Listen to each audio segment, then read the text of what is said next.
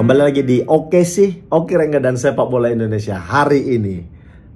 Syutingnya memang nggak lagi di studio, kebetulan aku lagi di luar kota, lagi ada kerjaan. Tapi aku bakal tetap berusaha untuk kita tetap ngobrol mengenai sepak bola Indonesia dan segala macam intriknya di 1 minggu belakangan ini. Apa ya, buatku ngobrolin sepak bola Indonesia tuh menarik, lucu, semua segala macam. Dan kembali ku ingatkan lagi bahwasannya konten ini adalah bukan konten mengamatin sepak bola Indonesia. Jadi kalau misalnya ada yang kurang, ada yang apa, kita bisa diskusi di kolom komentar kayak begitu. Aku tidak menempatkan diriku sebagai seorang pengamat sepak bola, tapi aku menempatkan diriku sebagai orang yang cinta terhadap sepak bola Indonesia dan perkembangannya. Bukan cuma sepak bola, mau futsal apa semua segala macam bakal kita bahas di sini. Dan kali ini yang menarik mungkin buatku ya adalah penampilan timnas futsal Indonesia.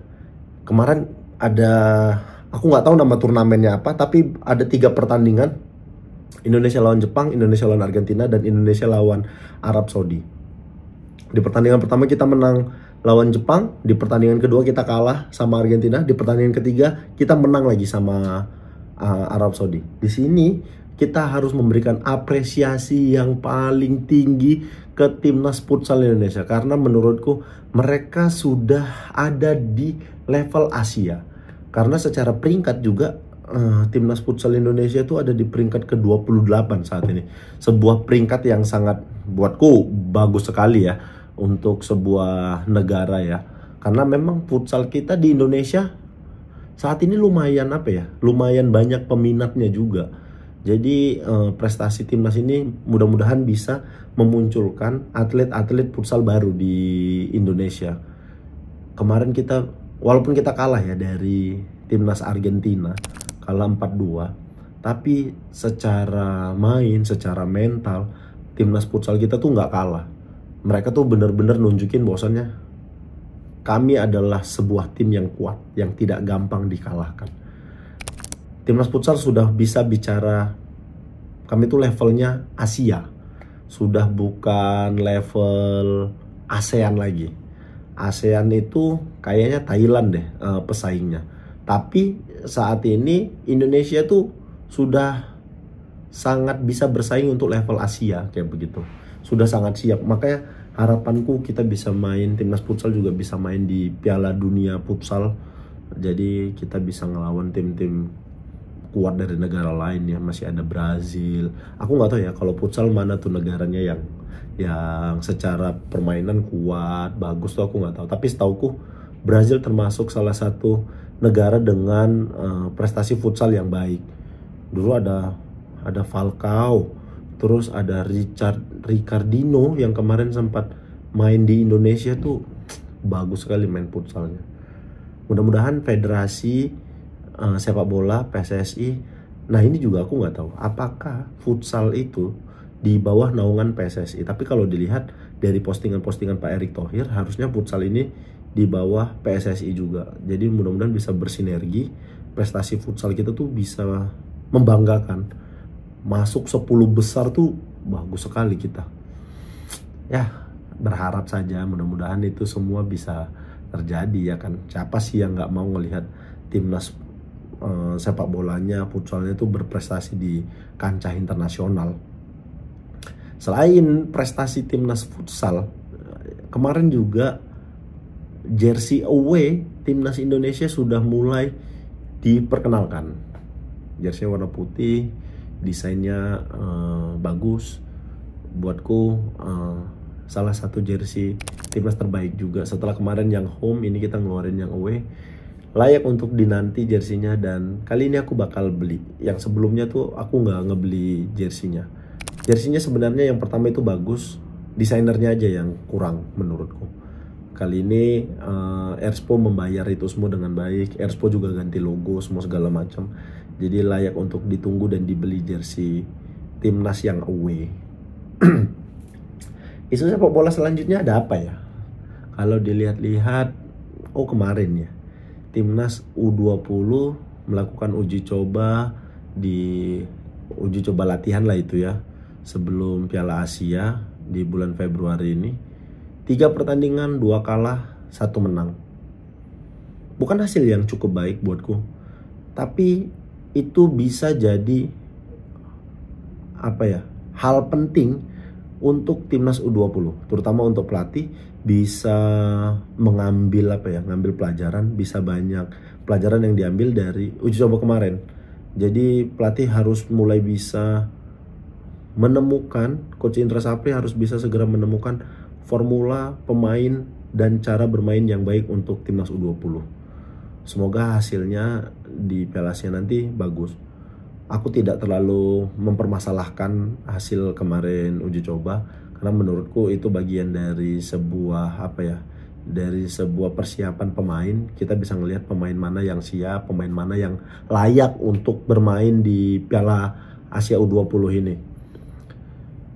Kalau dilihat sih memang masih banyak kekurangan, tapi di setiap pertandingan ada progresnya kayak begitu. Itu semoga memang jadi catatan untuk Coach Indra Safri biar bisa ngebentuk dan menyatukan chemistry antar pemain kayak begitu. Kita lihat juga kemarin mainnya timnas U20 tuh kadang masih ada melakukan beberapa kesalahan sendiri yang seharusnya tidak terjadi kayak begitu. Semoga harapannya sih harapannya semoga anak-anak ini bisa segera bangkit, bisa memperbaiki semuanya ketika di Piala Asia. Buat kita lagi ya, buat kita terutama supporter, aku ngelihat kemarin masih banyak yang langsung ngehujat, masih banyak yang langsung memaki semua segala macam. Buatku itu tidak fair. Kan aku selalu bilang, tugas supporter itu mendukung. Kalau ada terjadi kesalahan, itu biar jadi bahan evaluasi pelatih, evaluasi federasi, semua segala macam. Tugas kita tuh hanya mendukung. Kalah, kesel boleh, kasih masukan, kasih kritikan, tapi janganlah memaki, jangan marah semua segala macam, ngeluarin kalimat-kalimat yang buatku nggak penting, karena itu malah bisa merusak mental satu tim kayak begitu. Kita dukung aja, kita support. Nanti terutama di Piala Asia kita lihat. Kalau hasilnya buruk, nah saatnya kita minta pertanggungjawaban. Minta pertanggungjawaban pelatih, minta pertanggungjawaban federasi, semua segala macam. Kenapa bisa gagal kayak begitu tuh nanti setelah pertandingan boleh kita pertanyakan supaya jadi bahan evaluasi untuk persiapan menuju pertandingan selanjutnya kayak begitu. Tapi beruntungnya saat ini timnas U20 mendapatkan tambahan amunisi pelatih. Coach Kurniawan Dwi Julianto bergabung dengan timnas U20 sebagai pelatih, kayaknya khusus pelatih striker, tidak tahu sebagai pelatih khusus striker atau pelatih seperti apa. Tapi buatku ini jadi angin segar untuk skuad Coach Indra Safri. Coach Kurniawan tuh punya banyak pengalaman. Dia pernah berkarir di Eropa, dia pernah berkarir di Eropa, dia juga kemarin melatih tim di Italia, yang ngelatih Como. Semoga ilmu yang dia dapat selama melatih di Como, selama melatih di luar negeri, pengalaman dia bermain di luar negeri, itu bisa diterapkan atau diaplikasikan ke pemain-pemain timnas U20 saat ini. Kayak begitu, aku berharap sekali. Karena kalau kita lihat kemarin, tetap kita tuh masih punya masalah di strikers dan di penyerangan kita. Ini kalau seandainya striker timnas U20 kita ini bagus, prestasinya baik, ini adalah aset untuk timnas senior nantinya. Ini bakal jadi aset untuk timnas senior nantinya. Kalian bayangin kalau seandainya dari U20 mereka udah jadi striker yang tajam, striker yang bagus secara penempatan posisi, yang bisa cetak gol. Ini bakal jadi aset untuk timnas senior nantinya. Karena kalau kita pikir ya, setelah eranya Bambang Pamungkas, Boas Salosa, siapa lagi? Ada Christian Gonzalez, Budi Sudarsono. Ilham Jaya Kusuma, Jainal Arif. Kita tuh belum ketemu lagi striker yang seperti mereka. Cara bermainnya, penempatan bolanya, penempatan posisinya, finishingnya kita belum ketemu lagi. Bahkan untuk pemain diaspora juga kita belum ketemu striker yang kita bilangnya striker pembunuh, yang kalau seandainya di dalam kotak penalti dia bisa langsung menempatkan posisi, dia ambil posisi, dia shooting gol. Kita belum ketemu lagi. Terakhir yang bisa melakukan itu tuh Kakak Boci. Jadi makanya nih harapanku kalau Coach Kurniawan bergabung bisa menambah kemampuan striker kita untuk striker kita untuk bisa lebih tajam tuh. Aku bakal senang sekali. Makanya kita tuh kasih dukungan aja terus, kita kasih support semua segala macam supaya anak-anak juga ngerasa kita tuh dapat dukungan penuh nih gitu. Kita dapat dukungan penuh dari penonton, kita dapat dukungan penuh dari supporter kita, kayak begitu. Kita saat ini punya striker lah ya. Kita punya Ramadan Sananta, kita punya Hoki Caraka, kita punya Dimas Derajat. Mereka striker bagus, tapi kayaknya mereka kurang mendapatkan tempat dan menit bermain di klub mereka. Jadi itu bukan satu hal yang bukan satu hal yang baik juga. Tapi mereka harus meningkatkan prestasi supaya mereka mendapatkan tempat di dalam squad kayak begitu. Dan yang terakhir tuh Coach Patrick Kluivert kemarin mulai menyaksikan pertandingan-pertandingan di Liga Indonesia. Kemarin dia datang untuk menyaksikan pertandingan antara Persija dan PSBS Biak. Berarti dia sudah mulai bekerja dengan timnya, memantau pemain-pemain yang bisa dia ajak untuk membela timnas Indonesia. Ini kesempatan sih sebenarnya untuk semua pemain ya, pemain yang selama ini jadi langganan timnas atau juga pemain yang mungkin belum pernah dipanggil timnas sama sekali. Karena pelatih baru biasanya punya strategi baru, punya kebutuhan pemainnya baru juga. Gaya bermain kan itu sesuai dengan apa kemauan pelatih. Jadi semua masih punya peluang. Pemain-pemain yang dulu pernah dipanggil timnas terus nggak dipanggil lagi tuh semuanya masih punya peluang. Lili Pali, Mark Klok, siapa lagi, Asnawi. Asnawi masih dipanggil. Sadil Ramdhani, termasuk Elkan Bagot gitu tuh masih punya peluang untuk dipanggil Coach Patrick Kluivert untuk bergabung dengan timnas. Jadi semua masih punya kesempatan. Kemarin dia nonton Persija, kayaknya dia mau nonton Rizky Ridho, yang kita tahu selama ini Rizky Ridho adalah salah satu pemain yang secara menit bermain di klubnya oke, secara kepercayaan ketika bela timnas juga oke.